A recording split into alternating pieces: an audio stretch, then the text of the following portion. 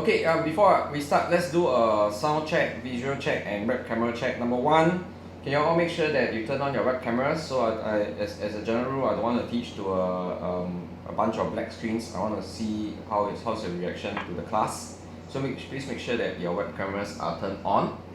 Okay, right. Don't keep your web cameras off. Keep your web cameras on throughout the entire session. Number two, let's try to use the chat box. Okay, this is a test that I will always ask everybody to do. Alright, so use the chat box. Let me know if you can see me clearly. Can you all see me? Can you see me waving to the class? If you can see me, please type yes. Okay, if you can hear me clearly, audio check, please also type yes. So let me know that you can hear me clearly. Okay, and can you see my screen with a bunch of Lego bricks that says monetary policy, and is it clear? Are the slides clear? Okay, right, so since everybody has no issues, then we are going to go ahead and start our class today. Okay, so we're going to go and start on talking about monetary policy today. Okay, great. Now, so what exactly is monetary policy? Monetary policy forms part of your macroeconomic policies series of lessons. So we dealt with exchange rates policy last week. We have got monetary policy, fiscal policy, and supply side policy to go. But I think that monetary policy is going to be like the most complicated lesson across all of these various policies. So you have to pay attention to make sure you catch whatever is going on. Okay, now if we were talking about what exactly is monetary policy, right? Monetary policy is actually conducted firstly by the central bank. Hey, I want you to know that why do I say central bank? So who is the central bank around the world? Okay, US, the central bank of the United States is called Federal Reserve. Okay, the central bank for European Union, okay, is the European Central Bank. The central bank for Japan is Bank of Japan, and the central bank for Singapore is called Monetary Authority of Singapore, MAS. Okay, right. In most countries, right, the central bank is independent of the government. Means it gets to make decisions without getting or seeking approval from the government. It makes decisions independently of the government. And when we say monetary policy is about influencing. Okay, monetary policy is about influencing the country's money supply. Okay, so in turn, when you influence money supply, the main thing that you want to actually affect is interest rates, which we're going to talk about later. Okay, so monetary policy is about changing the money supply in order to change the interest rates. If you must know what monetary policy is all about. Okay, right. So next. Okay, next we have expansionary monetary policy and contractionary monetary policy. Expansionary monetary policy, the aim is to actually increase AD. Okay, so the aim is to increase AD. Okay, whereas contractionary monetary policy, the aim is to cut AD. Okay, why? When you increase AD, you actually increase real national income. When you increase real national income, then you have greater economic growth. Right, so let's see how what is it that we're trying to do over here. Okay, so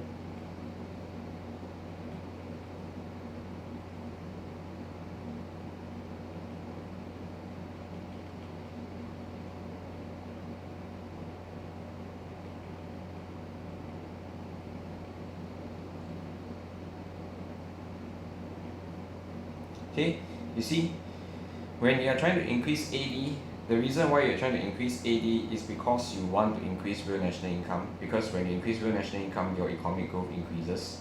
And when you increase AD, your real national income increases, firms hire more factored inputs, which includes labor. So your cyclical unemployment actually falls. So expansionary monetary policy is to increase AD so that you have greater economic growth and lower unemployment. Whereas contractionary monetary policy, the target is to cut AD. Why?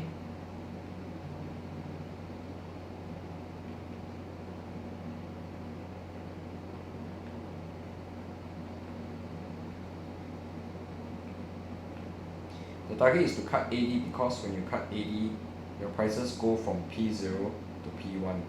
So the main thing is to actually cut inflation. Okay, but how come when you cut AD or when you cut real national income, it also results in an improvement in your balance of payments? So you see here, why it results in an improvement in your balance of payments is because when your real national income falls, people have less disposable income. When people have less disposable income, they have to cut back on the spending. When they cut back on the spending, it includes cutting back on spending on imported goods. So when they spend less on imported goods, right, their current account will improve. Then the balance of payments will see an improvement. Alright? Okay, any questions?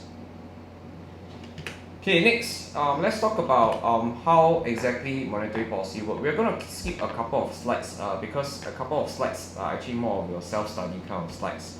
So there are a few ways to carry out open market operations. So this is a term that you need to know. Open market operations, this is a term that you need to know. So open market operation is the means that your central bank actually carries out monetary policy.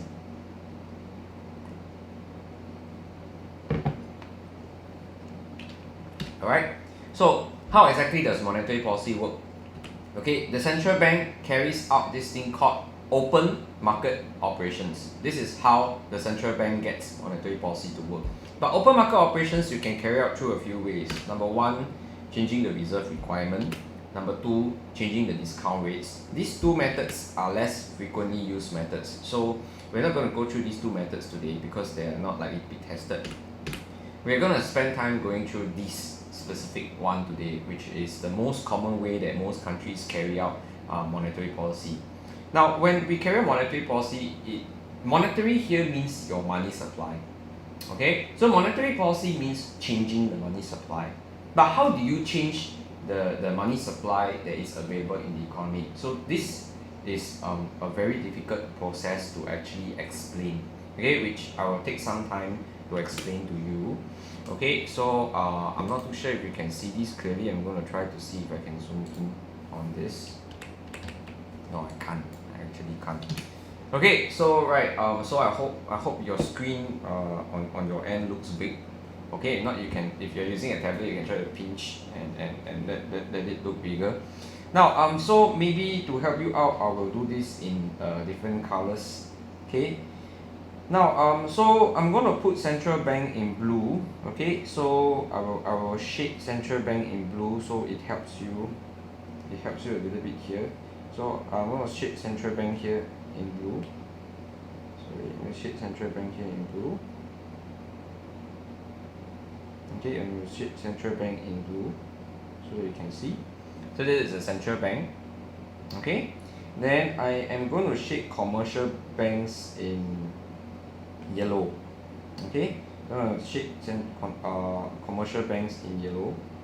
So commercial banks, I'm going to shade them in yellow. Okay, right. So what exactly is it here that we're going to talk about? I'm going to show you how monetary policy works through open market operations via the buying and selling of bonds. Now, we first start with contractionary monetary policy. So I'm going to put this in red. Okay, contractionary monetary policy. I'm going to put this in red. Contractionary monetary policy, CMP, contractionary monetary policy. What is contractionary monetary policy? Now, when a central bank wants to carry out contractionary monetary policy, they will go to open market and sell government bonds. Okay, what are government bonds? Okay, so government bonds, they work this way. So government bonds. Okay, what's the government bond? Okay, so if basically the government issue a $10 million 10-year bond at an annual interest rate of 5%. Okay, what it means there is that if the government issue this piece of paper, you can buy this piece of paper from the government and it will be called a government bond. When you buy this piece of paper from the government will promise you that as long as you're a holder of this bond, the government will pay you 5% interest on $10 million. So of course you have to pay the government $10 million. So you pay the government $10 million, then the government give you a piece of paper. And this piece of paper basically, the government will pay you based on what this piece of paper says, which if the annual rate is 5%, the government pays you 5% every year for holding on to this piece of paper. Then at the end of the 10-year period, the government will actually redeem this bond from you. So they will buy back this piece of paper from you, okay, at the original price. So you actually get to earn returns on this bond on a yearly basis. That is what we call a government bond. Actually, that is what we call a bond of any kind. Okay? So the central bank will actually issue government bond, which are pieces of paper, and then they will say they will go to the open market and then they will start selling it. Okay, so they will sell. Okay, they will go to the commercial banks here. You can see here they're going to go to the commercial banks and they're going to sell. Okay, they're going to sell to the commercial bank and say, hey, any of you want to buy these government bonds? I've got plenty of government bonds. You want to buy? Okay, so these commercial banks like Bank of America, Citibank, okay, what are they going to say? They're going to say, well, I've got this cash lying around that's doing nothing anyway, right? I think it'd be good to buy some bonds, okay, and get some money back for this spare cash that I have. So the commercial banks are going to like say consider their options and see, okay, this is a good deal. I'm going to buy some bonds. So what does commercial banks do? The commercial banks then hands over truckloads of cold hard cash. Okay, it hands over truckloads of cold hard cash to the central bank. Okay, and then the central bank takes this money and they takes it out of circulation from the economy. It gets out of the economy. It doesn't stay within circulation of the economy. Now what actually happens here? What actually happens here is that your commercial banks, they will now see that, okay, hey, I have put away my money in government bonds, so I have now less loanable funds available to lend out. I don't have as much loanable funds as I had before to lend out to people who want to borrow money from me. Now, since I have less loanable funds to lend out, okay, as the commercial bank, there are still quite a lot of people who want to borrow money from me. But I have now less loanable funds to lend out. So what do I go ahead and do? I go ahead and increase the interest rates. Okay, because there are now the same amount of people competing for less amount of loanable funds. So I will raise interest rates to allocate these funds. Okay, so this is how interest rates go up in contractionary monetary policy. Alright, so does everybody get this part? Okay, if you get this part, please nod your head. You understand so far, please nod your head to let me know that hey, you're okay, you're fine. Everybody okay? Good. Okay, this is how contractionary monetary policy works. Now we're going to go to the reverse and show you how expansionary monetary policy is going to work. Now expansionary monetary policy, it works the reverse way. Okay, it works the reverse way. Now I'm the central bank. I want there to be more loanable funds available in the economy. I want there to be more loanable funds available in the economy. So what do I go ahead and do? So I go and carry out this thing called expansionary monetary policy. Okay, I will carry out this thing called expansionary monetary policy. How does expansionary monetary policy works? It works by the central bank going, they bring a lot of cash, they go to the open market and then they start buying up. So they will go to the open market and then they will start buying up government bonds. So they will buy government bonds. They will say, hey, any of you holding on to these pieces of paper that I sold to you quite some time ago, any of you want to let go of them at a good price at an earlier date? I'm willing to buy these back from you guys. So you want to sell it back to me? Okay? So this commercial bank say, okay, this is a good deal. I don't mind. And I'm going to sell you some government bonds back. Okay? So these commercial banks, they're going to hand over these pieces of paper. Okay, these pieces of paper called government bonds. So these pieces of paper, they're going to sell it back to the central bank. Now, so the central bank gives this cash in return, these bundles of cash in return. Then this what happens here? Now your commercial banks, they have a lot of cash. They have a lot of free cash flow that they have lying around. So they say, oh, okay, I've got more money. So I've got more money. Right, if I've got more money, then what am I going to do with the money? I'm going to say that, hey, actually I got a lot of money to lend out now. Right, I don't want this money to be lying around doing nothing. I want to lend it out. Okay, so to encourage people to take these funds from you, you're going to push down the interest rates. So your interest rates are going to fall. Your interest rates are going to fall.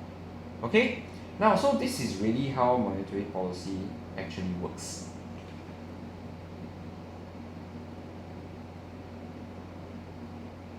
Okay, are y'all clear? You want to take a photo of this slide in case you don't have them. But just bear in mind that these slides are all available on the LMS. So I'll always upload the slides in the same week so that you can reference to them if you want to. So all the slides are on the learning management system. Then you go and download them if you want to. Okay, you can go and view them online if you want to. But of course, the annotated version may not be there lah. Okay, I'll try to make it a point to upload annotated versions as well. That one no promises ah. Okay, right. So any questions so far before I move on? Everybody okay with the concept of how monetary policy works? Now, this part is pretty complicated, so you need to make sure you understand that.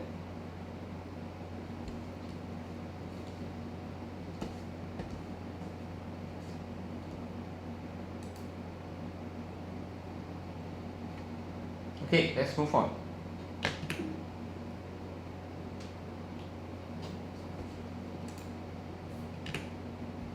Okay, so right now I am going to take some time to actually run the process through with you. So I'm gonna make this into a one-line process, and I want you to have, and maybe just make sure that like whenever you are revising, you either have the textbook in front of you, right? So you can take notes. Have you all of you received your textbooks by now already? Did everybody receive your textbook by mail? Okay, that's great. So SingPost is quite efficient. Right, if you all receive your textbook, then make sure that when we are going through the lesson, you have your textbook with you so you can take down notes. If not, also foolscap paper and pen is also okay. You can write down the stuff that as we are going through.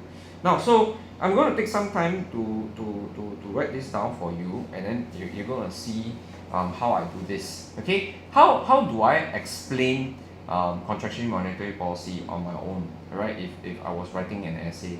So this is for note taking. So in case you want to take notes. Okay, so first, contractionary monetary policy. Okay, how does contractionary monetary policy works? Remember, contractionary monetary policy, we start off first by, contractionary means cut what? Cut money supply.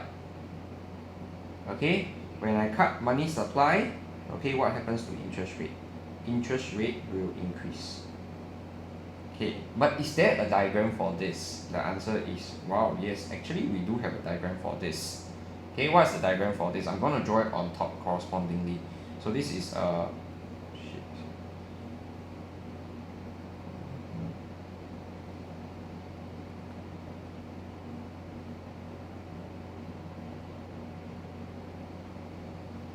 Yeah, give me a minute. Okay, sorry. Okay, so I was saying, right?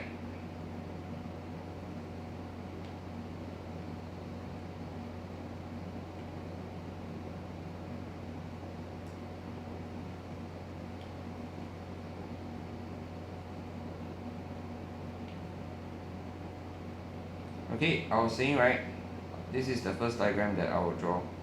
So this first diagram is quantity of money, and then you have pure price of money. By the way, can y'all anybody tell me what's another name for price of money?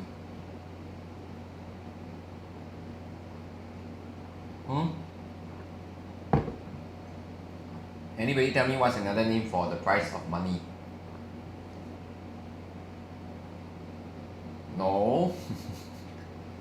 So another name for price of money, okay, I'm going to erase this, I'm going to erase this to replace this with price of money.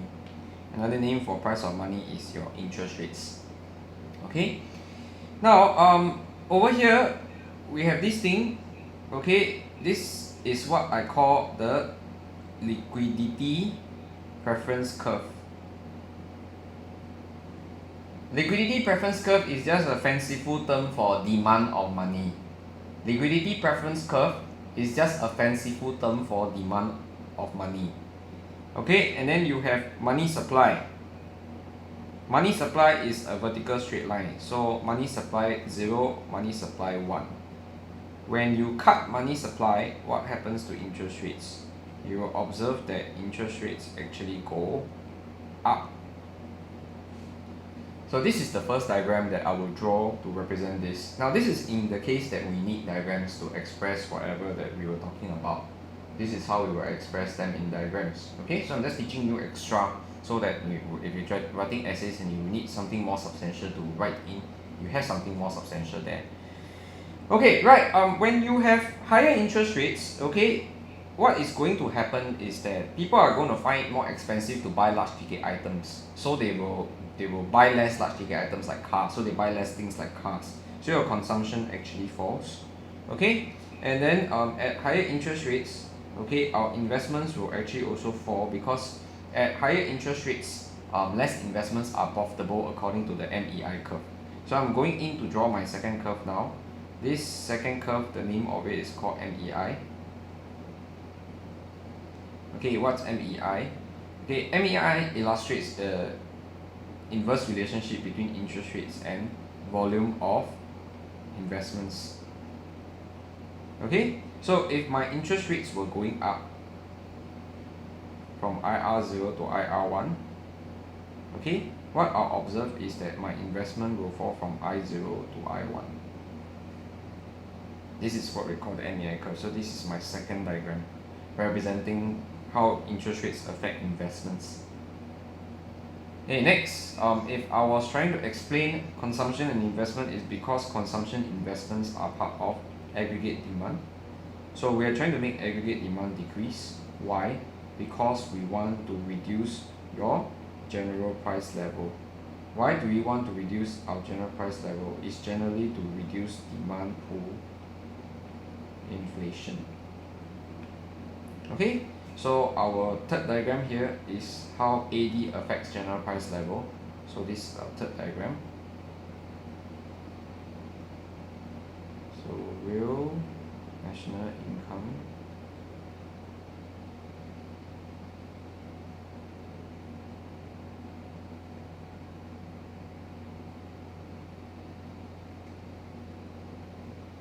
real national income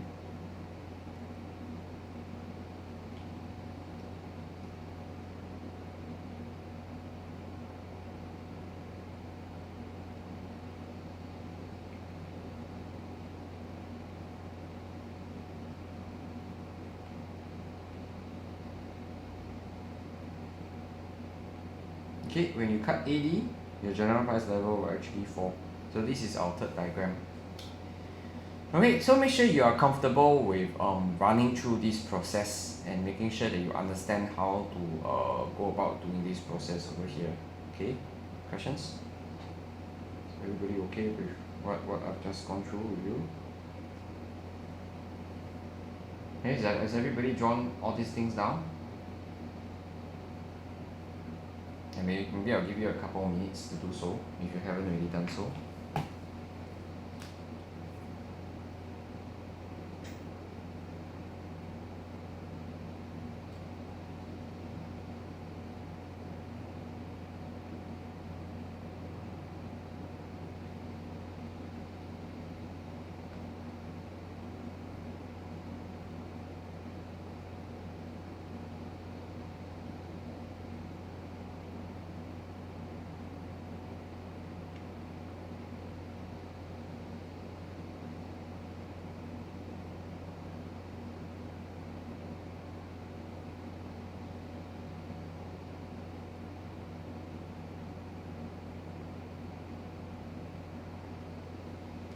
Okay, so I'm assuming everybody is done. Can you nod your head if you're done? I know that I can continue. I see a couple of students still, it seems like you're still busy at work. So I'm going to give just one more minute for those of you who are still trying to draw it out properly.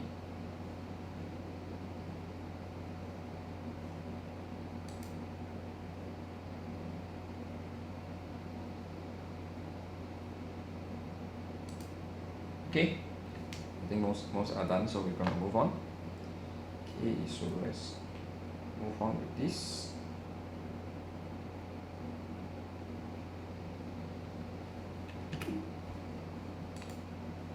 Okay, next, we talk about expansionary monetary policy, and I'm going to do the same for expansionary monetary policy with you.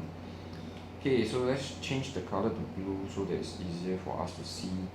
Now, so the same thing goes. So I'll probably have the same amount of space here. So, alright. Okay, so expansionary monetary policy works this way. Okay, it works by first trying to increase money supply. Expansion means increase, right? Increase money supply. When you increase money supply, your interest rate will fall. Okay, so let's go ahead and draw our first diagram here, the liquidity preference diagram. So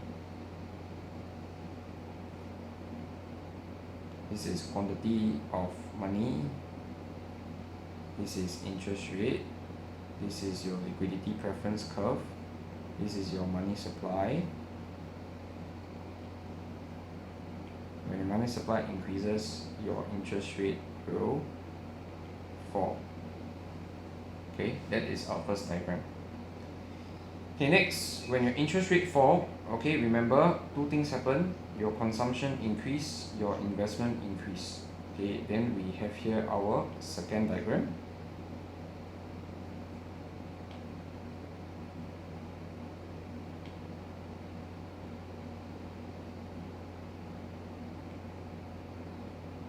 So this is volume of investments, this is interest rate, your downward sloping curve. So if your interest rate go down from IR0 to IR1, your investment actually increases from I0 to I1. Okay, so this is our second diagram. And next, C and I, they are both part of AD, so AD will increase, which brings us to our third diagram is not here. Oops, there's somebody hit that. Okay, so the third diagram is not here.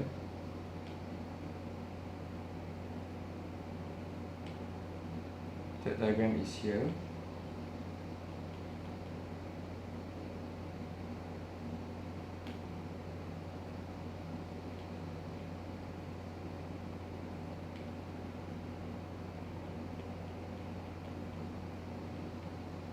Alright, so the target of increasing AD is to increase your real national income. Alright, so your third diagram is here. So this is our third diagram.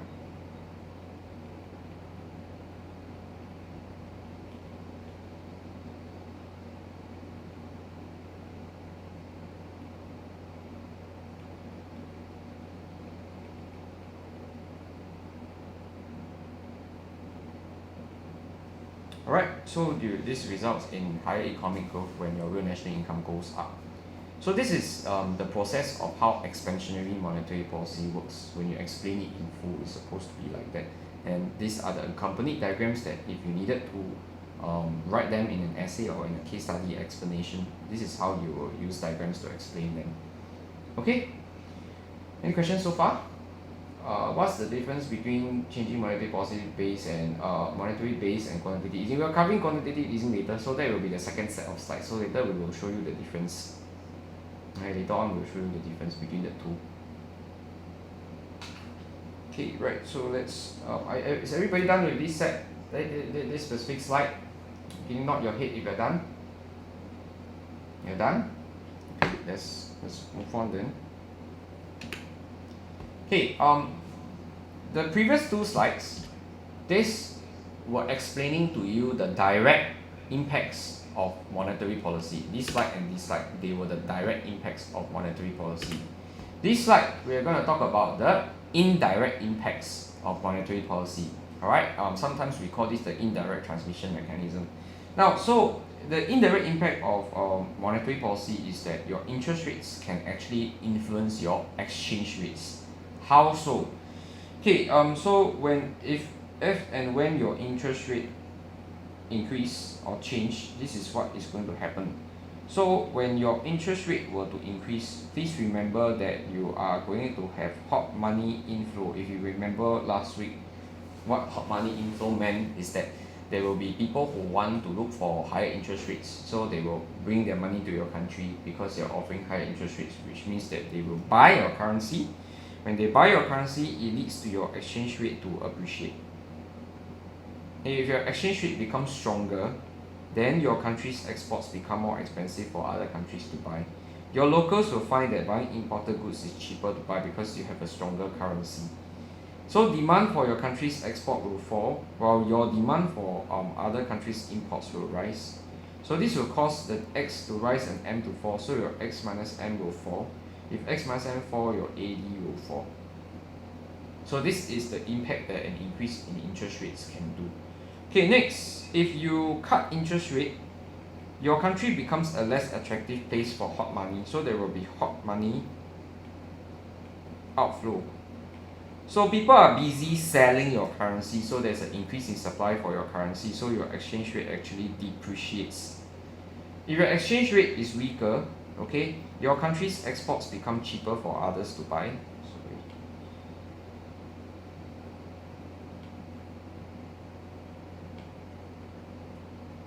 Okay, your exchange rate is cheaper, so your exports become cheaper for other countries to buy. If your exchange rate, your currency is weaker, your locals will find buying imported goods very expensive to buy.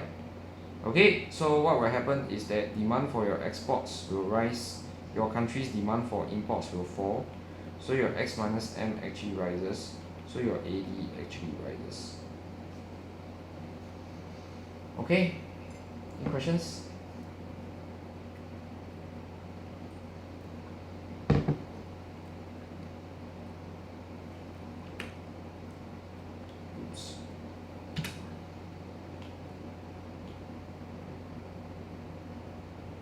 Next.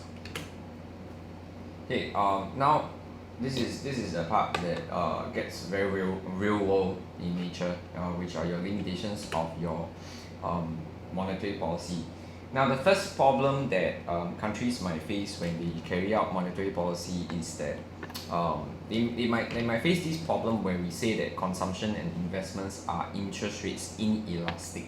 Okay, inelastic the meaning of inelastic is inelastic means not responsive. Okay, that's the meaning of inelastic. Inelastic means they don't respond well, not responsive or don't respond well. Okay, that's the meaning of interest rates being inelastic. I'm going to try to give you an explanation. Now, let's look at a consumption decision. A consumption decision, which is that let's look at whether people are going to be buying cars. Today's date is April 4th of April. The next COE bidding is supposed to be held on 8th of April. Okay, which is in about 4 days' time. Now, I want to ask all of you, what do you think? What do you think of people and their sentiments now? Do you think that a lot of people are going to be going out to showrooms to buy cars? Like Monday haven't locked down right? Haven't workplace locked down yet, right? So do you think Mondays people are going to car showrooms to buy cars? What do you think? In this economic climate, do you think people are going to go and buy cars? Yes or no? Will people go out and buy cars during this economic climate? No, right? Nobody is going to go out and buy cars, right? So people are generally feeling pessimistic, alright? They are feeling generally quite negative about the economy, and cars are what we call a discretionary purchase. Means you can have it and you can don't have it. Like it wouldn't kill you. I mean, like it's not like groceries right? So cars is good to have. Don't have, never mind. Right? So what we're gonna find is that when we make a consumption decision, what's gonna be on our mind is that there are gonna be multiple factors, like our incomes, like our tastes and preferences, like interest rate is gonna be one of them. So when we make consumption decision, interest rate is one of the many factors that affect our consumption decision, but it is not the only factor. Okay, so around the world, if you're trying to convince people to consume using monetary policy during this COVID-19 crisis, I think it's going to be quite hard to do so. Why? Because everybody is actually feeling quite negative or pessimistic about the economy at this general time of the year, at this particular time of the year. So even if you actually bring down interest rates, your consumption might not respond well to interest rate changes. Means to say that I don't think that many people are going to go out and buy cars just because interest rates are lower. Okay, in other words, your interest rates don't really change your consumption investment right much. That's what we mean by consumption and investment not responding to interest rate changes, or otherwise being interest rate inelastic. Okay, the same thing applies to investments as well. Alright, so okay, let's go ahead and move on to the next slide. Right, to explain to you the concept of liquidity trap, I'm going to start off by just pointing out to you the meaning of a liquidity trap.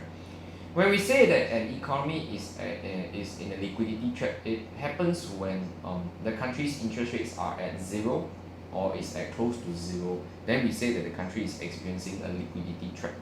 Okay, so I will show you this. I'm going to bring forward to this slide and show you this slide.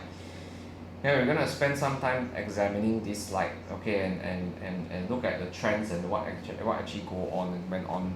This is what happened to the Federal Reserve and how it cut interest rates or increased interest rates over the years. Hey, I want you to see that it was starting sometime in 2007. I'm gonna use green because that's another color that is not seen here, so I'm gonna use green.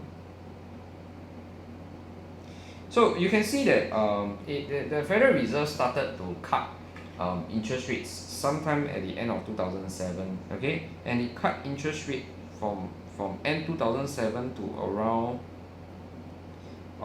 2009. So in 2008, which was somewhere around here, okay, you look at the red line here, this part, look at this part.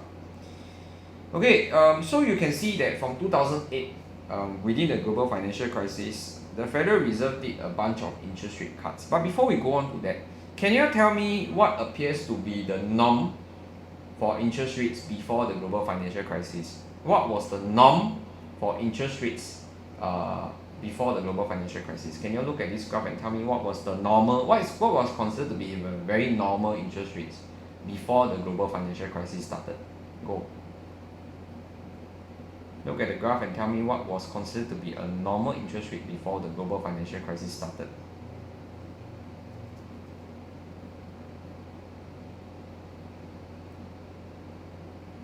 You can use the chat box to answer me. Okay, yes, thereabouts. So you can see that it was hovering around this range, which is about 5+%.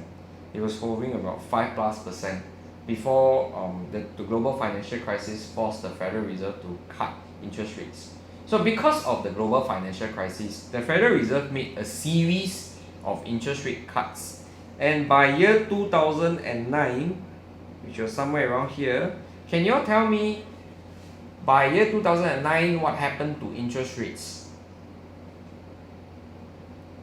Look at the graph and tell me by year 2009 what happened to interest rates.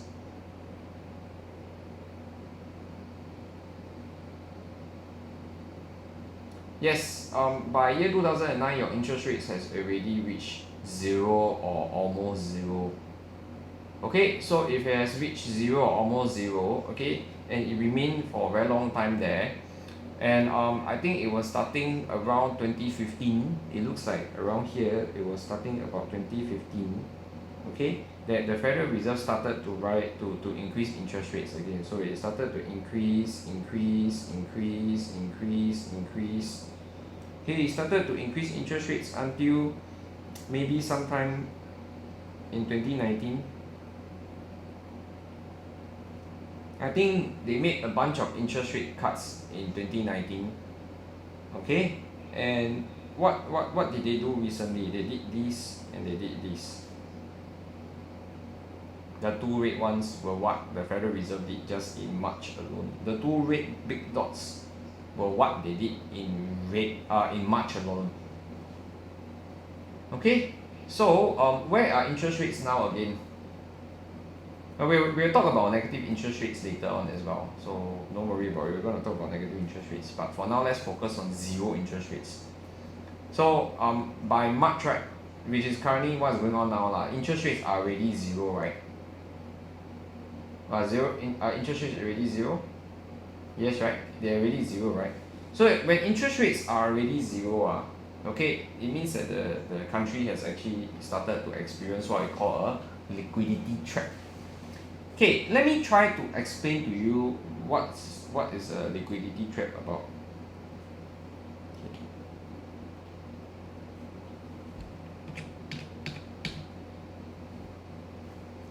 Here is how expansionary monetary policy works. You increase money supply, interest rate falls, then your consumption and investment increase, then your AD increase, then your real national income increase. But if your interest rate is already zero, then you cannot lower it anymore. If your interest rate is already zero, then you cannot lower it anymore. Then you're basically, you have to imagine this, you're putting a wall here. You're putting a big wall here. Means that the process cannot continue any further. Because why? There is no way that you can push interest rates any lower below zero. You can't push interest rates below zero. It is not possible to push interest rates below zero.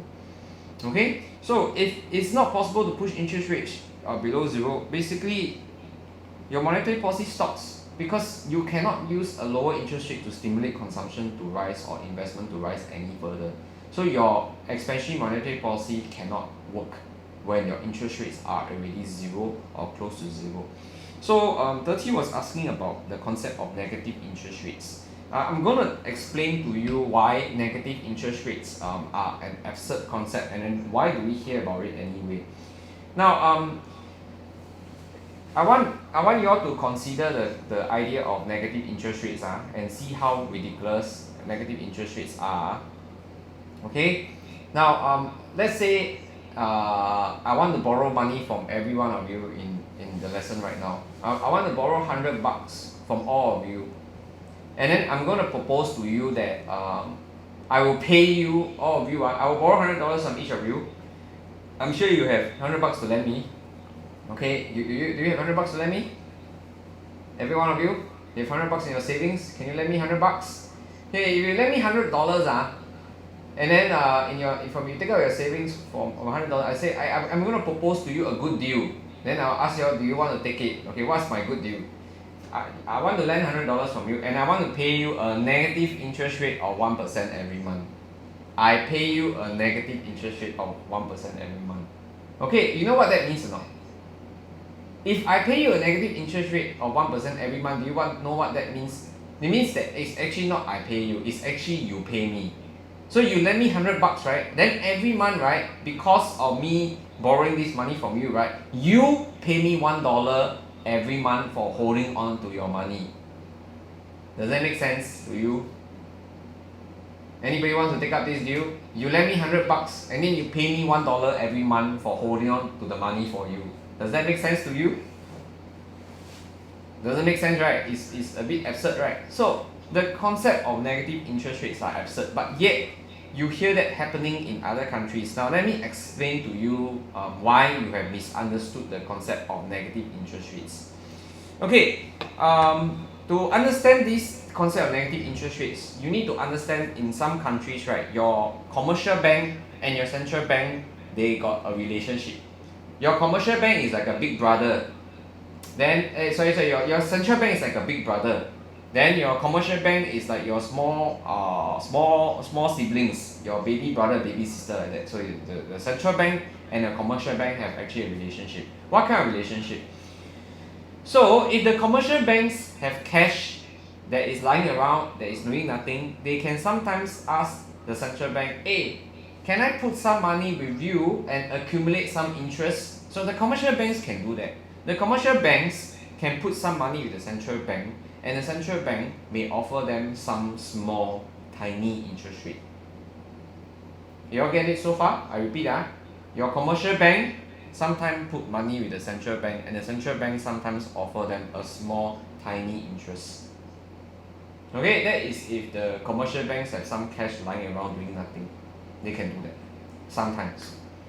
Now, in times of economic crisis, the central bank actually say, no, I don't want to hold on to any of your money. Don't pass me any money. I don't want to keep any of your money. Please take whatever money you have, go and lend it out to consumers, go and lend it out to investors. Don't put money with me. In fact, if you put money with me, I'm going to charge you for putting money with me. Please withdraw all the money you have from me and take it out and go and lend it to someone else. Okay, so that is the concept of negative interest rates.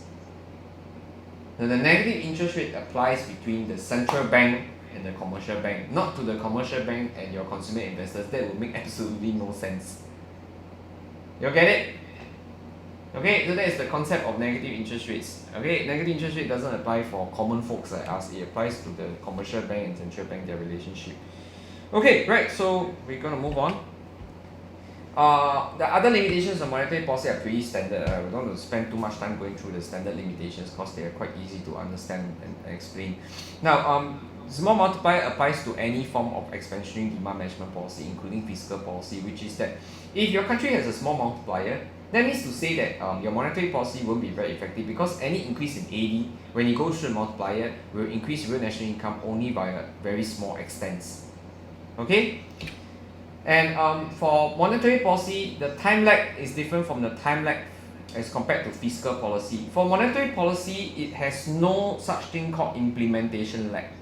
Means to say the central bank governor, if they want to increase, the central bank chairman, if he wants to increase interest rate today, in a snap of fingers, it can change interest rates. If the central bank want to change interest rate today, they can change interest rate today. If the central bank want to change interest rate tomorrow, they can change interest rate tomorrow. There is no waiting time required. Because why? They do not take instructions from the government. They can make decisions independently on their own. They don't need government approval, they don't need Congress, don't need Senate, they don't need cabinet approval, don't need. They can make the decision on their own. Right? That means to say they do not have implementation lag. But yet, they have this thing called a transmission lag. What is a transmission lag? A transmission lag happens because consumers and investors need to take time to respond to interest rate changes. They take time to respond to interest rate changes because you do not go out and buy a car today just because interest rates are lower. You take time to go and Google what cars are good. You go for a test drive. You go and think about colors. You go and talk to your family members. Then you buy a car. This is going to take time. Investing in a new company also takes time. Okay, investing in a new venture also takes time to plan.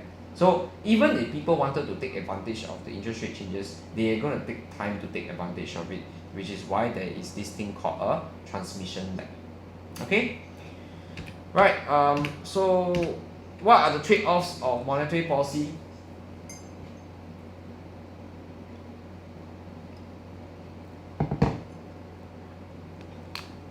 When you carry out expansionary monetary policy, I guess I will have to draw it out for you so that you can see very clearly what are the trade-offs.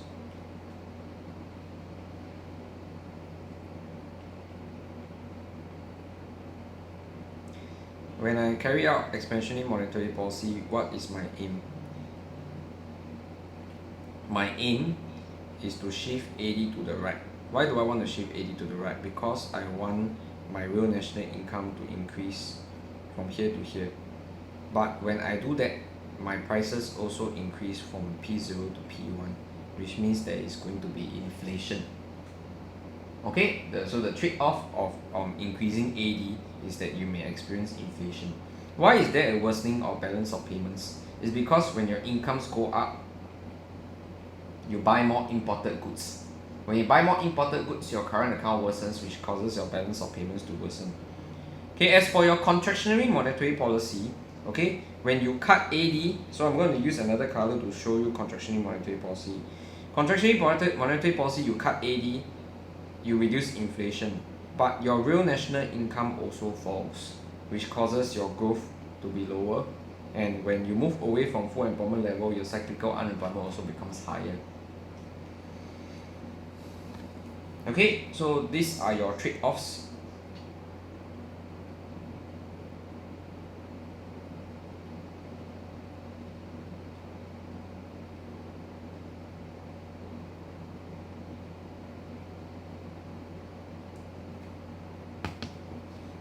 Okay, any questions?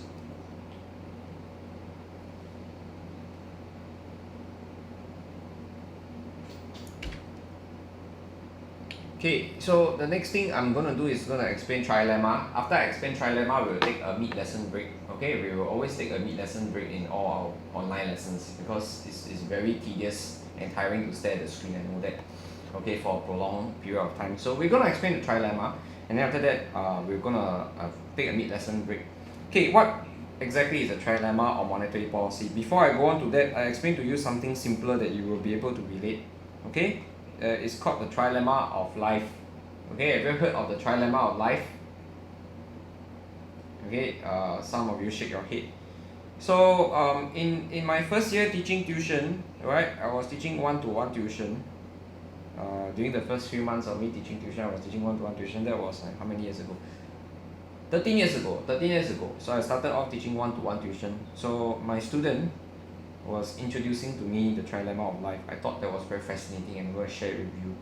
Okay, this student of mine was telling me and sharing with me that in life, life actually sucks. Okay, why life sucks? Because of the Trillema of life. That's why it sucks. Okay, why does life sucks? Life sucks because at any point in your life, you can choose 2 out of 3 things, but you cannot choose all 3 things. You can choose time, you can choose money, and you can choose energy. Okay, and at any point in your time of your life, you can have any 2, but you cannot have 3. Means you can be here A, you can be here B, or you can be at C. But you can't be having all 3 all at once. You can be only on one side of the triangle. Okay, now A-level students, where are you? So if you're an 18-year-old student, you are probably here. So 18-year-olds, okay, you are here. Okay, oops, no, you're not here. Sorry, Cancer, you are not here. You are so not here. Let me show you where you are. Okay, you 18-year-olds, you are here. Okay, you are at a time of life. You have a lot of energy. You have a lot of energy. Like if you wanted to go bungee jumping, do you think you have the energy for bungee jump? If I ask you, would you want to backpack Europe? Do you all think you have the energy to backpack Europe for a month? If I tell you that that was an option for you right now, no COVID, and no A levels, backpack Europe 1 month, how does that sound? Sound good? Right? So you have the energy, okay, and you have the time. And this is the time of your life. Do you have kids? Do you have a mortgage to pay?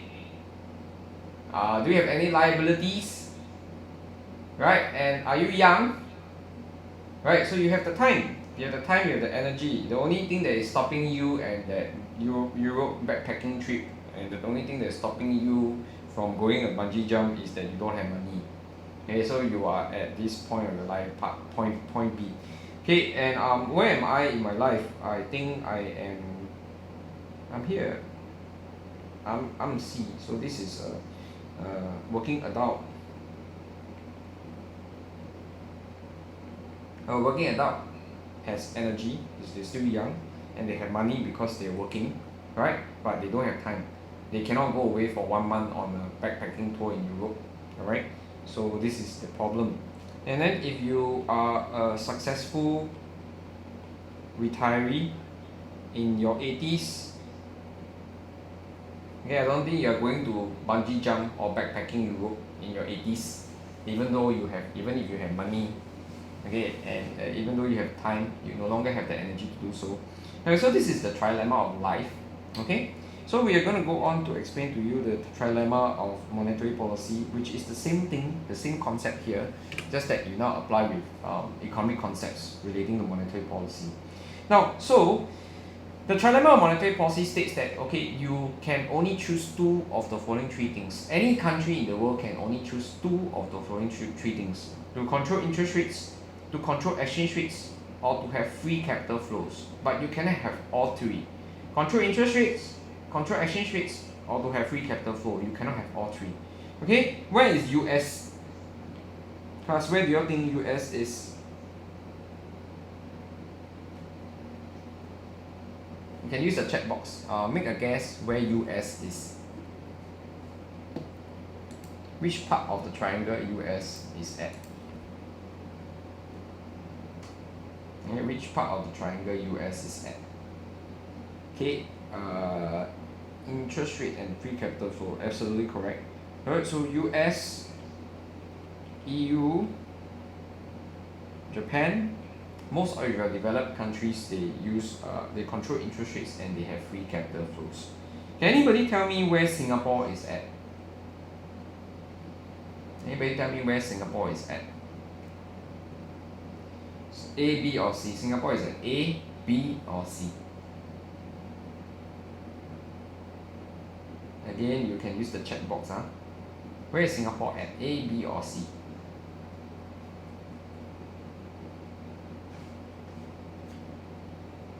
Where's A? No. A is wrong. A is China. Singapore is here, B. Okay, now let me try to explain to you why the trilemma is like that. Now we take the position of United States. Let's try to understand why United States cannot control its exchange rate. Now in United States, they made a choice to have free capital flow. Free capital flow means you allow money to come in of your country, come into your country, allow money to leave your country. So anybody can buy US dollar, anybody can sell US dollar, nobody will stop you. Okay, and nobody will intervene with how you are buying US dollar or you're selling US dollar. Nobody is going to stop you. Okay, no one will try to stop you. The government doesn't touch. The government doesn't intervene. They allow for money to come into the country, money to exit the country whenever and however and whomever wants to. There is no control over capital flow. When there's no control over capital flow, you see what's going to happen. If US were to increase interest rate, we have learned that there will be hot money inflow, which means demand for the US dollar will increase. Okay, which means that your US dollar exchange rate will appreciate.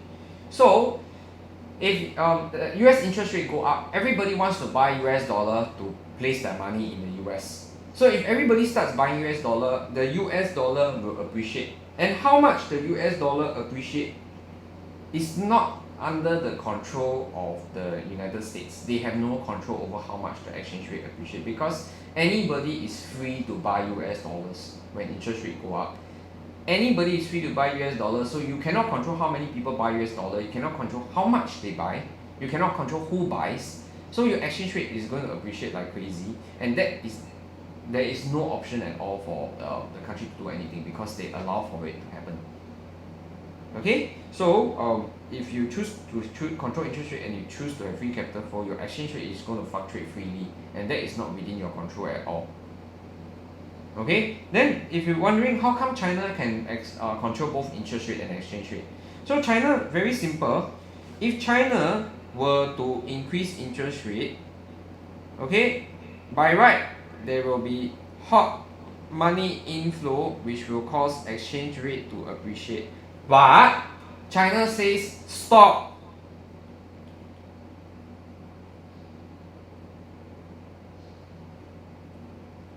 Okay, China says stop. How do they make it stop? How do they make it stop? Because they can make it stop because they don't have free capital flow.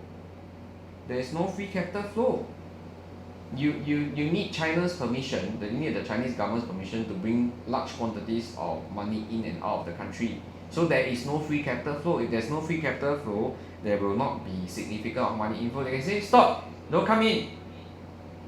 So the exchange rate will appreciate like mad, what? Okay, what? And then for Singapore, of course, it makes sense that it is this way. We want to have free capital flow, but we don't want our exchange rate to fluctuate freely.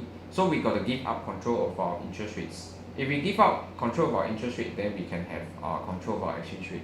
Why China don't want to have free capital flow is because they want control of both their interest rate and they want control of their exchange rates. They want to control interest rate because the domestic market is very big. They want to control exchange rate because trade is also equally important to China.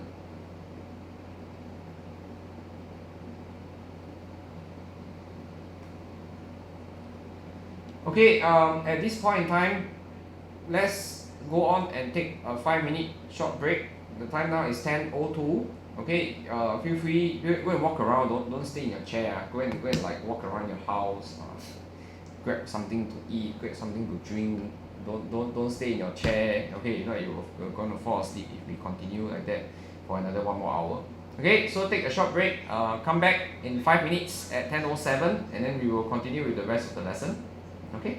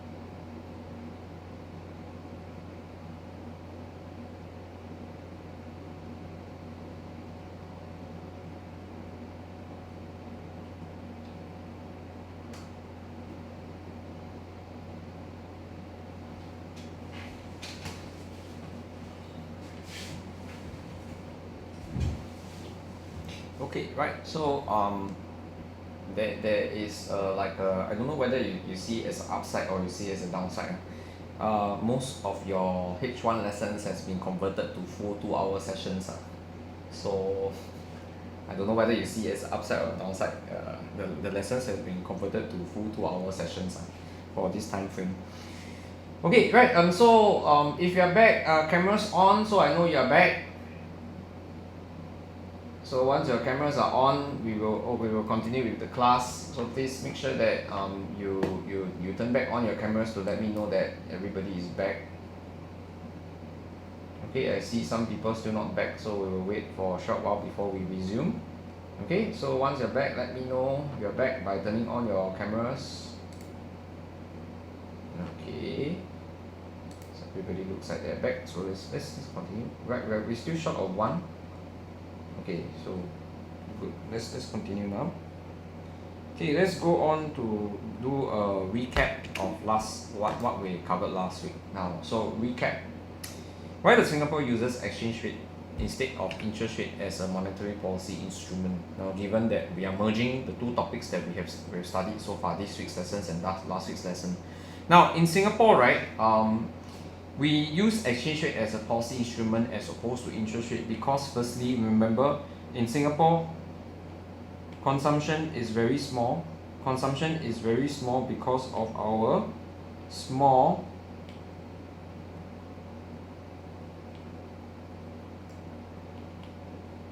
consumption is very small because of our small domestic market.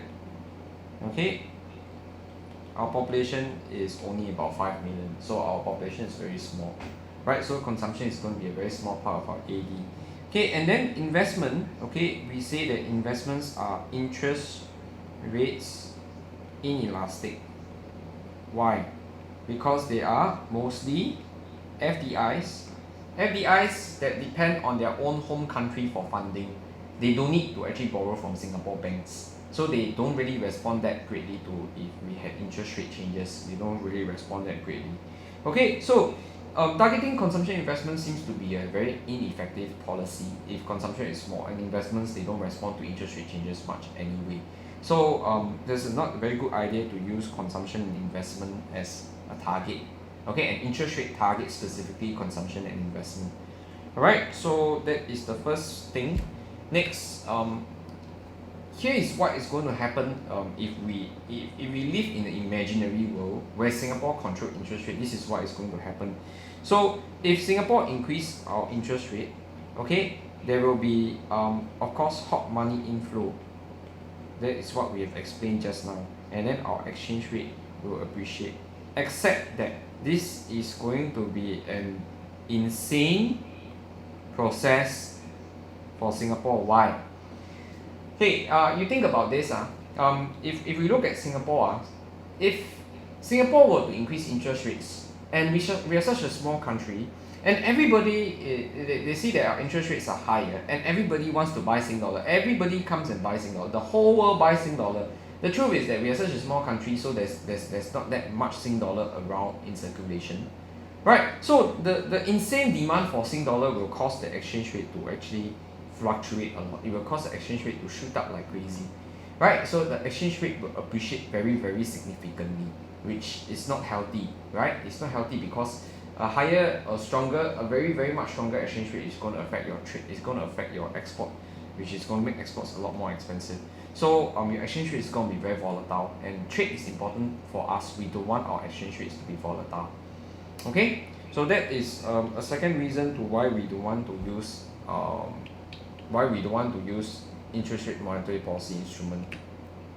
Next, why we want to control our exchange rate? Because exchange rate targets prices of exports and prices of imports. And since trade is important to us, we want to actually have control over the prices of our export and imports by controlling our exchange rate policy. Okay, right, and in Singapore, a lot of our inflation is commonly related to imports. Like when eggs in other countries like Malaysia become more expensive, eggs in Singapore become more expensive. We are susceptible and vulnerable to imported inflation. Okay, and so if we have control over our exchange rate, then we can still help to mitigate some of these increase in prices. Okay, here is something that I'm going to take some time to explain to you. Okay, let me just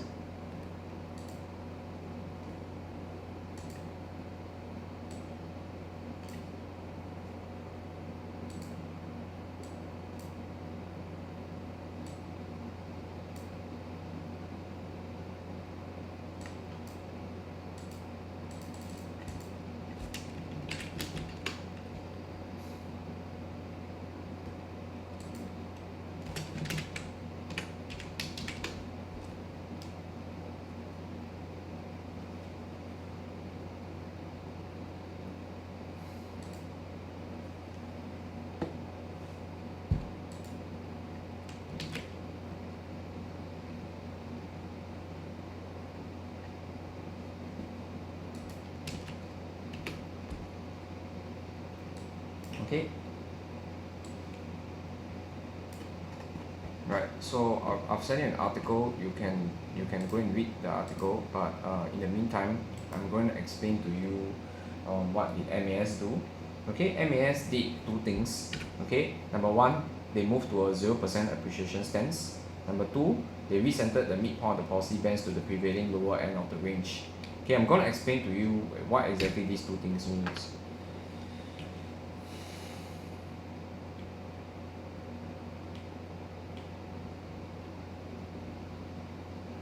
Okay, now first, MAS, this is what MAS did. This is the first thing that they did.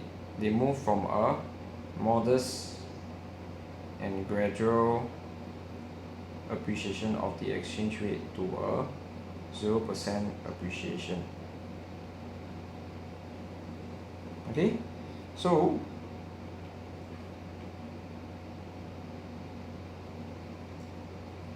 what did they do?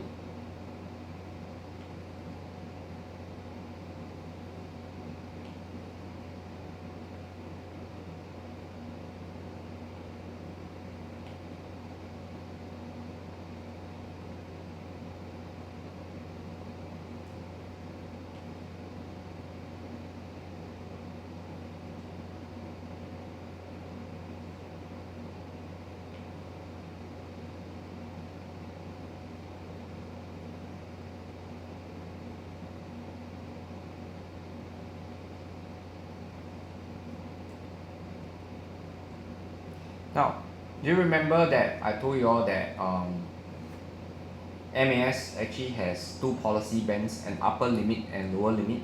Remember?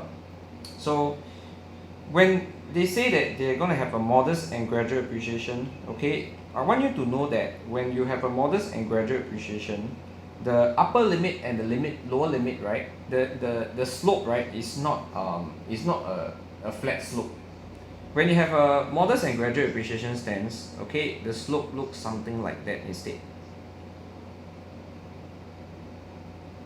Okay, the slope looks something like that instead. Means to say it's not flat. The slope is upward gently sloping. Okay, so there is a gentle upward slope, which means to say that they want the currency to over time see an appreciation. So they set the policy bands to be gently upward sloping. Okay, now so when they move to this is a modest and gradual appreciation. When the MAS encourages a modest and gradual appreciation, the slope is like that. Okay, now that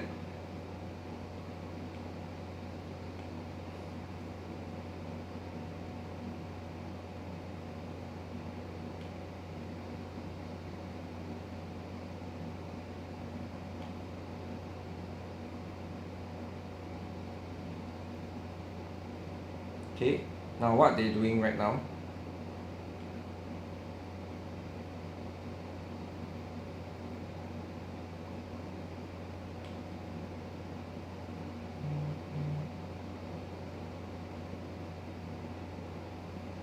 okay, now the new one is like that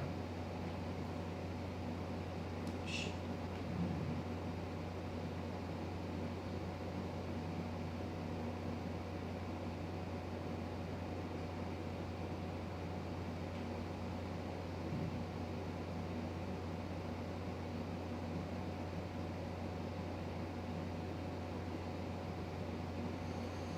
Okay, it should be flat. Okay, maybe it doesn't look flat enough, so maybe I will erase it first and redo it again. I'm going to try to make it as flat as possible, so give me a minute.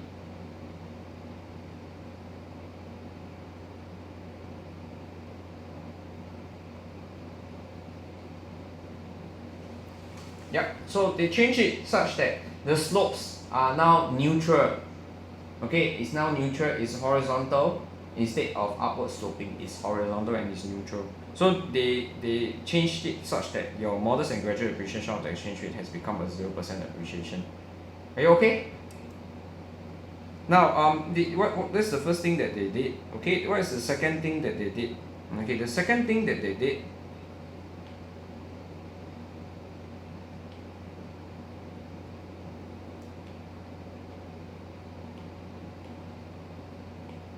Okay, the second thing that they did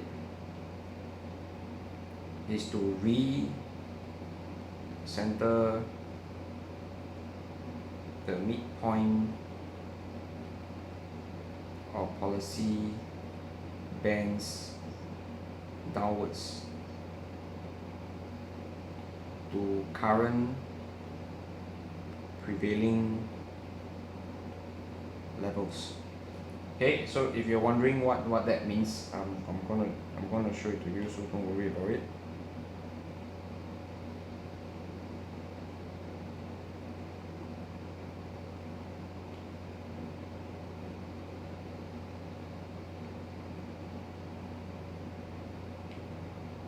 So this is demand for the Sing dollar, this is supply for the Sing dollar. Okay, imagine that this was the original Sing dollar price. Okay, wait.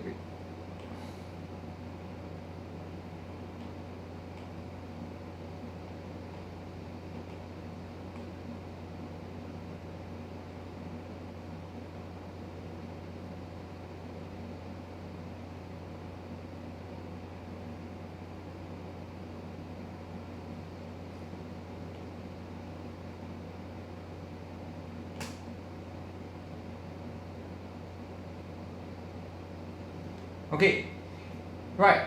Can you tell me what has been happening? That this is based on what we discussed last week. Can you tell me, based on what we discussed last week, what has been happening to the demand for Sing dollars? Can you tell me what has been happening to the demand for Sing dollars?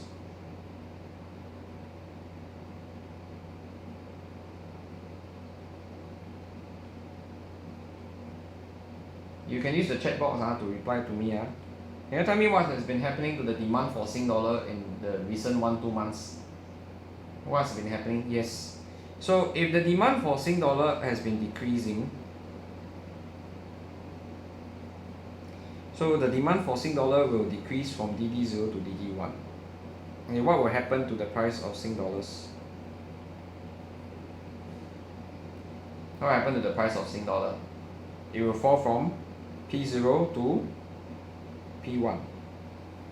So the price of Sing dollar was falling from P0 to P1. In other words, in recent times, your Sing dollar has been depreciating.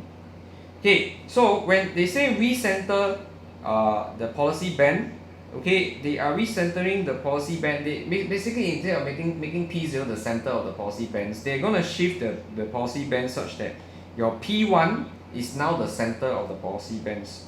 So what does that mean? Okay, if your P1 is the center of the policy band, then what this means is that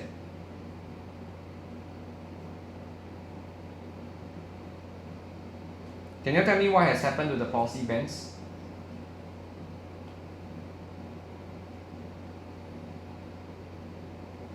Your policy bands have shifted downwards. So can you tell me what does this does to in terms of allowing the room for the currency to depreciate? Is there more room for the currency to depreciate now, or is there less room for the currency to depreciate?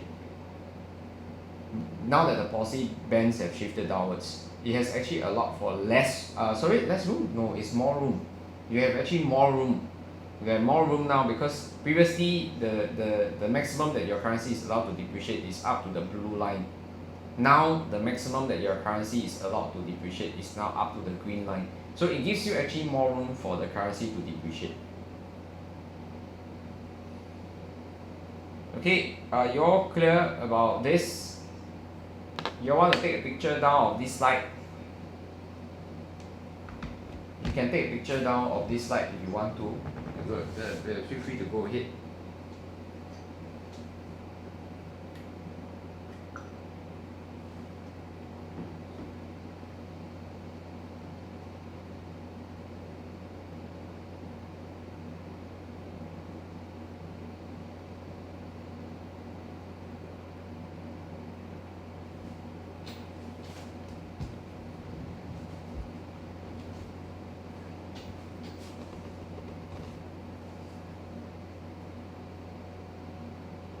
Okay, any questions? Before I move on to the last thing that I want to cover today. Okay, no questions, then we're going to move on. So I'm going to go ahead and cover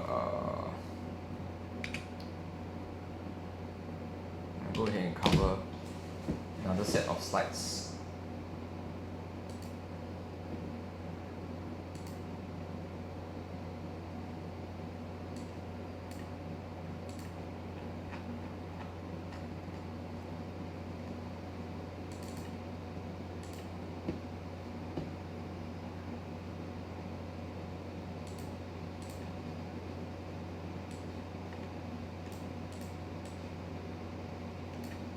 Okay, for those, in case you are here and you don't have a textbook today,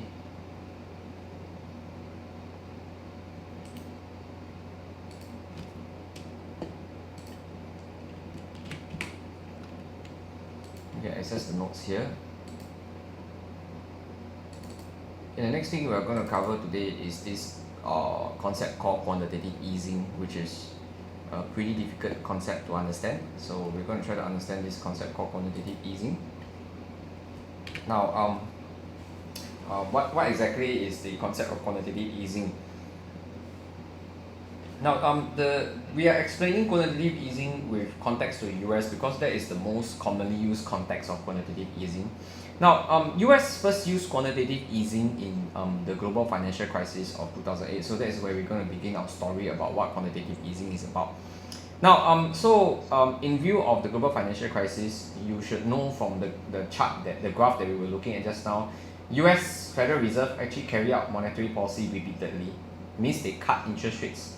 They went through a series of interest rates cuts, okay, and they cut interest rates. So they keep cutting, and then eventually your interest rates reach zero.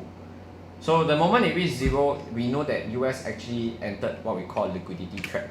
Okay, if you remember what was the problem associated with a liquidity trap was this, is that by right, how it works here is this. Is that by right, if you increase money supply, okay, the purpose is to get interest rate to fall. Why you want interest rate to fall is because when interest rate fall, consumption rises, investment rises, then your AD rises, then your real national income will rise. That is what your expansionary monetary policy should have done. But if you recall, if interest rates already reach 0%, then remember the wall, okay, you have a wall here that you cannot proceed further, because if your interest rate cannot fall any further, then your consumption investment will not be touched, it will not move. Alright, so that is when your monetary policy via interest rates cut will no longer effective. If you cannot bring interest rates down any further, then you cannot stimulate the economy any further using your normal regular expansionary monetary policy. Okay, and that is where US decided to get creative and introduce this concept called quantitative easing. Hey, what is quantitative easing? Quantitative easing is that the US government, alright, or rather the Federal Reserve, decided that since I cannot change interest rates any further, and changing interest rate, how remember how the central bank changes interest rate? They go to the open market, and what do they buy? Plus, for interest rate changes, they go to the open market, and then what do the central bank buy? Yes, they buy what kind of bonds? Can you tell me specifically what kind of bonds? They go to the open market, they buy back the government bonds that they have previously issued. So they go and buy some government bonds. Okay? But when we talk about quantitative easing, the US decided that, hey, it's no use for me to buy any more government bonds because the interest rates are not going to come down any further. So the Federal Reserve decided to be creative. They say that, okay, I'm no longer going into the open market to just buy government bonds alone. I'm going to the open market and I'm going to buy a bunch of other form of assets. Then you were wondering, what does it mean by other form of assets? Now first let me explain to you the concept of a bond. Okay? Now government is not the only one that can issue a bond. Okay, let's say you like CapitaLand. You know CapitaLand built shopping malls, right? You know CapitaLand built shopping malls, right? You know that CapitaLand also issue bonds. So sometimes maybe say CapitaLand decided that, oh, okay, I want to build new shopping malls in China. I think China has good prospects. But it doesn't want to spend its own money. Do you know what it can do? It can issue bonds. So you say that, hey, I want to raise some money. Anybody want to put money with me, and then I will give you 5% interest every year. So CapitaLand can say, I'm going to issue CapitaLand bonds. Okay, if you buy these bonds from me, I will pay you this percentage, maybe 3% interest every year. Then 10 years later, when I make enough money, I will pay you back the money for the bond, and every year you would have received some money from me in terms of the interest for the bonds.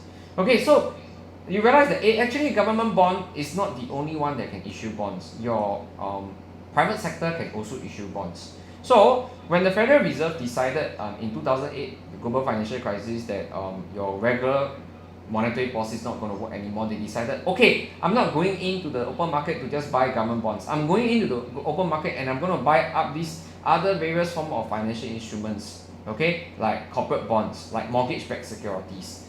So they were basically going into sectors that needed help. They went into sectors that were not doing well for that period of time. It was real estate, it was banks that were not doing well. So they said, okay, I'm going to buy off some of these assets from the open market. When they bought some of these assets from the open market, like the corporate bonds, they are putting money in the hands of the firms. Okay, they're putting money in the hands of firms. For example, if you buy CapitaLand bonds, you're putting money in the hands of CapitaLand and say, okay, go and build some shopping malls. Okay, so that's what the Federal Reserve did. They bought mortgage-backed securities. If you want to read up or find out a little bit more about mortgage-backed securities, I'm sure you have a lot of time now, the next 1 month. You can go and watch this movie. If you're here with us last year, you will have already watched this movie after promos with us. This movie is called The Big Short. It's available on Netflix. Okay, Netflix can go and watch The Big Short. Okay, so they decided to buy a bunch of these other bonds. Why? When you buy a bunch of these other bonds, you are putting money in the hands of the firms that are troubled, the industries that are troubled. And now you put money in the hands of these industries, they have money now, they will go and invest. Okay? And other than that, what actually other things that it does is that when the Federal Reserve do such a thing, okay, it will actually boost confidence in the market. They're telling the market, hey, don't worry man, we've got this covered. Okay, when they say that we got this covered, then the stock market will actually start to rally. Stock market rally means that the stock market actually starts doing better. And since a lot of households, they hold some money in the stock market, households' wealth will increase. When households' wealth increase, consumption increases. So it will actually, the Federal Reserve carrying out quantitative easing, it will actually provide liquidity to trapped sectors, which increases investments. It increases demand for assets like stocks, then households' wealth increase, consumption increase. When the Federal Reserve signals that it's going to do something, it also boosts confidence, which increases both consumption and investments. Okay, and what's the difference between QE and your conventional monetary policy, which was a question that Bertie was asking just now. Now, the difference between quantitative easing and monetary policy is that monetary policy involves just buying and selling of government bonds. Quantitative easing is that you buy government bonds and sell government bonds, but you don't just buy government bonds. You also go into the market and buy other assets to help other sectors also, other than just government bonds. You buy other financial assets to help firms boost their liquidity. Okay, and your conventional monetary policy, the target is always about interest rates. Your quantitative easing, your target is to put money in the hands of firms so that they can actually carry out investments. Okay, so quantitative easing is in fact an expanded form of monetary policy. Okay, now this is what is happening in the US now. I'm going to give you a couple of articles to read.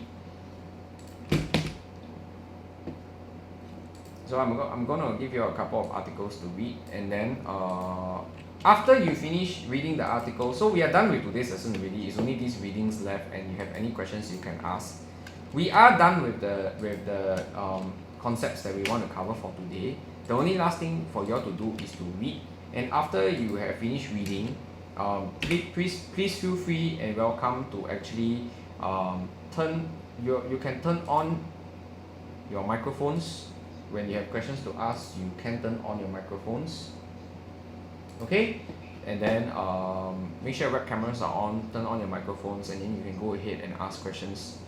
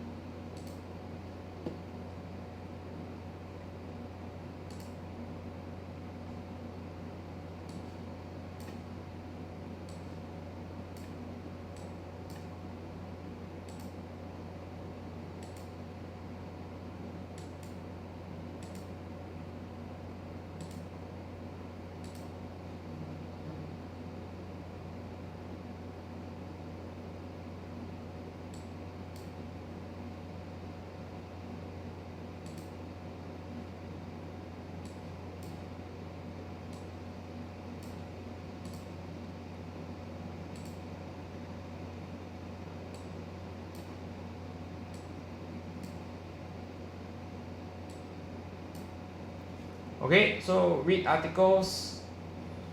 Yes, when a company goes public, it can issue stocks. But any company can issue bonds. Okay, it doesn't have to go public to issue bonds. Any company can actually issue bonds, and then after they can sell these bonds.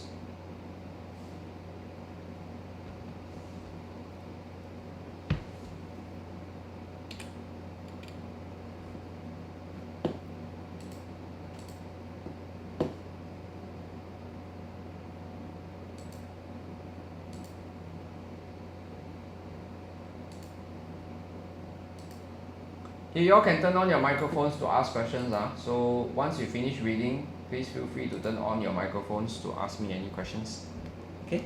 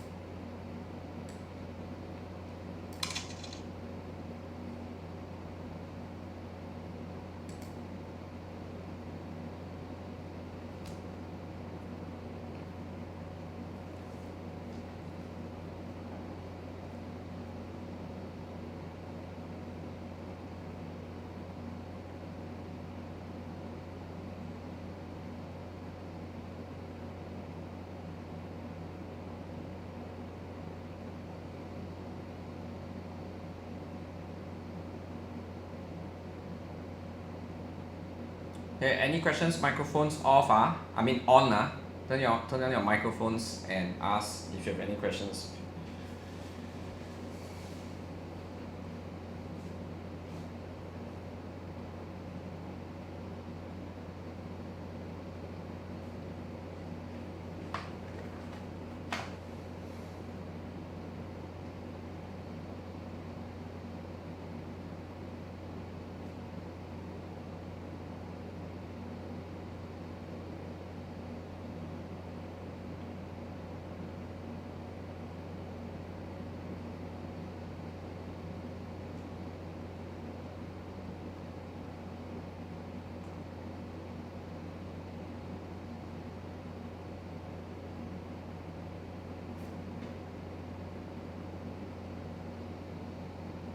Anyone has any questions to ask?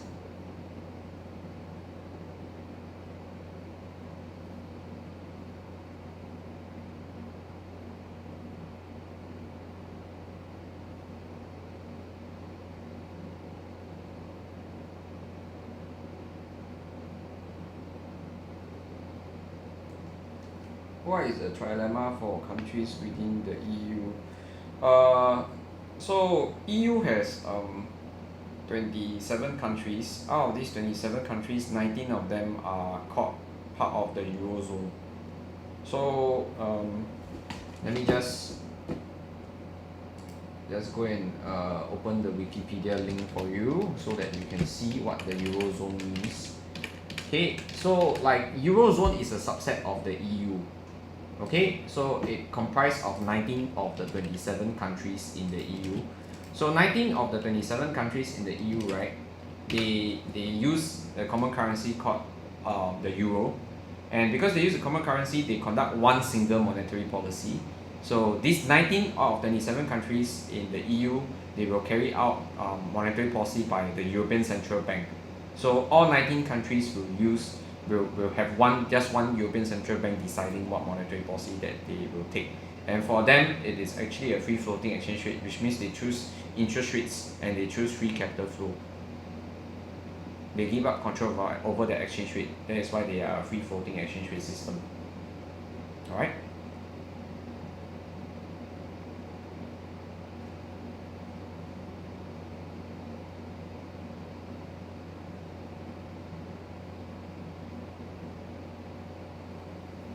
Any other questions? Mic's on, very quiet. Don't type, just ask. So, can you explain how government bond works again? What do you mean by how government bond works? Like, how does it work? Like, what is government bond? Okay, so the first thing first is that the government bond is generally not bought by like regular citizens like me and you. Okay, they're bought by like commercial banks or big financial institutions or maybe very very rich billionaires. They might buy some government bonds. Okay, but if I issue a government bond, if I issue a government bond, it's like I'm selling you these pieces of paper that says government bond on them, and usually each piece of paper is like $10 million. Okay, so if you buy this piece of paper from me, which is called a government bond, you give me $10 million, I give you the government bond. So you give me 10 million, I give you a government bond. Then every year, because you're holding on to this bond, I will pay you an interest. I will pay you an interest for the holding on to this bond. Then when the bond period expires, means let's say if this bond has a 10-year time period, okay, at the end of 10 years, it's compulsory that I will buy back this bond from you as the government. If I'm the government that issued this bond, I will buy back from you at the value that I bought from you from. Okay, but every year, as long as you're holding to this bond, I will pay you an interest rate equivalent to the percentage that is promised, that is stated on the piece of paper. Let's say it's a 3% bond. That means every year you get 3%. Okay, that is the concept of a government bond. Then how does it encourage greater consumption and investment? You see, when you carry out expansionary monetary policy, I'm the central bank and you are Bank of America. Say for example, I am central bank, you're Bank of America. You're holding on to these bonds.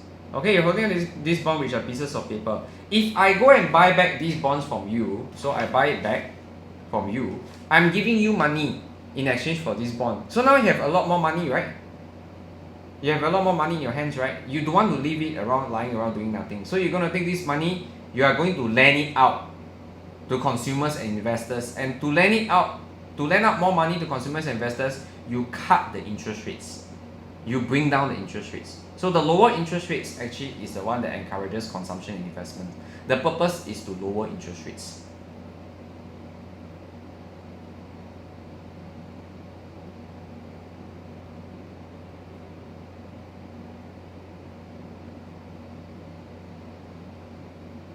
Corporate bonds. Corporate bonds are bonds issued by firms, companies. And sometimes they don't call it corporate bonds, sometimes they call it retail bonds. Well, of course, firms are more risky lah. Like for example, economics at tuition genius can issue a bond as well. Economics at tuition genius can issue a bond as well. I can issue like a $1,000 or $10,000 bond and then promise to pay you X percentage. The problem is that economics at tuition genius, if we issue you a bond, you are taking a lot of risk because economics at tuition genius can go bankrupt. So if economics at tuition genius go bankrupt, then you get no money back. Your bonds are worthless. So if you want, you can go and read out about this company called Hyflux. Hyflux was a very big Singapore company that does water purification. Now their bonds are worthless. Okay, their bonds are worthless because they are facing bankruptcy. Honest Bee is also another company that's like that. So there are a lot of risks. There are a lot of risks associated with buying corporate bonds because you don't know when these firms will go down.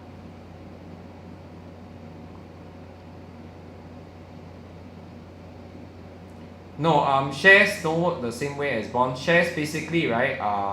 When you buy a share, you own a part of the company. When you buy a share, you own a part of the company. So when they pay out profits, right?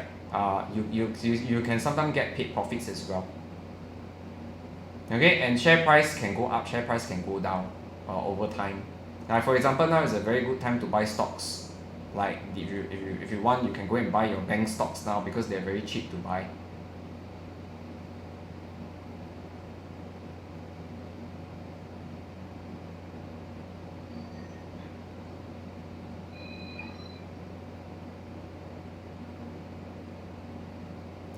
Why do people want to buy bonds? Is it same as stocks?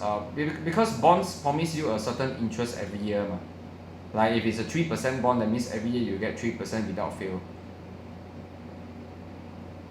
It's a bit like putting your money into savings like that. You get like a percentage return every year for buying a bond.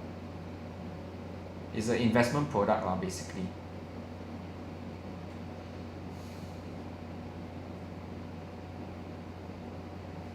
Okay, if you have any questions, you can feel free to stay behind and ask.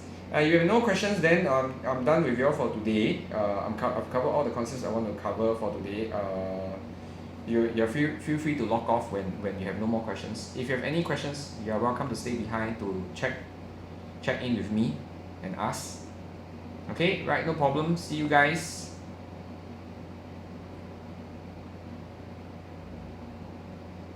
If you have questions, don't be shy to stay behind. Yes, bonds is a type of investment.